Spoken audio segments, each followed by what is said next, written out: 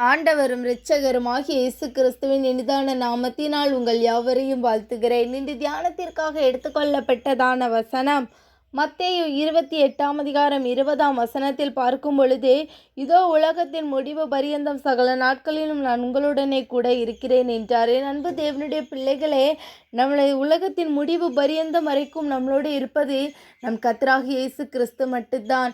ஒருவேளை இந்த உலக பிரகாரமாக பார்க்கும் பொழுது உங்களிடம் அநேகர் சொல்லியிருப்பார்கள், நான் கடைசி வரைக்கும் உன்னோட இருப்பேன், உன்னை விட்டு பிரிய மாட்டேன் என்று ஆசை வார்த்தை பேசியிருப்பார்கள். அவர்கள் சொன்னவர்களை நீங்கள் கொஞ்சம் யோசித்து பார்க்கும் பொழுது இன்று உங்களுடைய வாழ்க்கையில் அவர்கள் இருக்க மாட்டார்கள். அவர்கள் தேவை முடிந்தவுடன் விலகி இருப்பார்கள். என் அன்பு தேவனுடைய பிள்ளைகளே, உலகத்தின் முடிவு பரியந்தமும் நம்முடைய இருப்பது நம் தேவன் ஒருவர் மட்டும்தான்.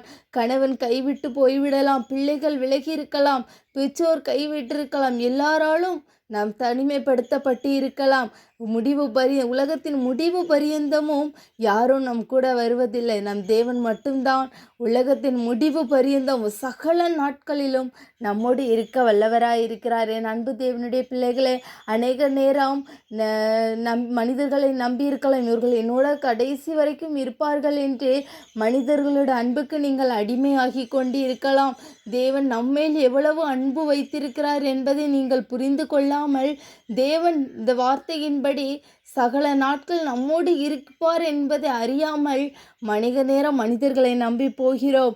அதனால் அநேக பிரச்சனைகளை சந்தித்து கொண்டிருக்கிறோம். உங்களுடைய வாழ்க்கையை நீங்கள் யோசித்து பார்க்கும் பொழுது அநேகர் உங்களிடம் ஆசை வார்த்தை கூட்டி சொல்லிக்கொண்டே இன்று விலகி இருப்பார்கள். நம் தேவன் அப்படி இல்லை.